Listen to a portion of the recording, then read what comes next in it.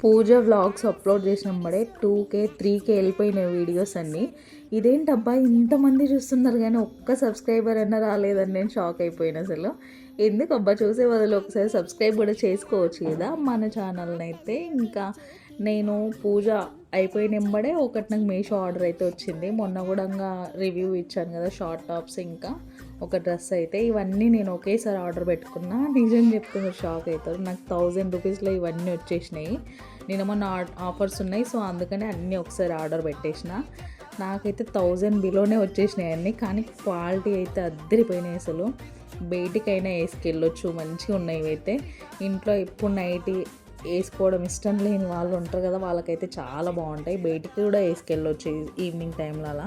కానీ క్వాలిటీ అయితే అద్దరిపోయినాయి. నేను పెట్టిన కాస్ట్కి ఇవన్నీ అసలు వర్తబులే కదా, అంతా బాగా వచ్చినాయి.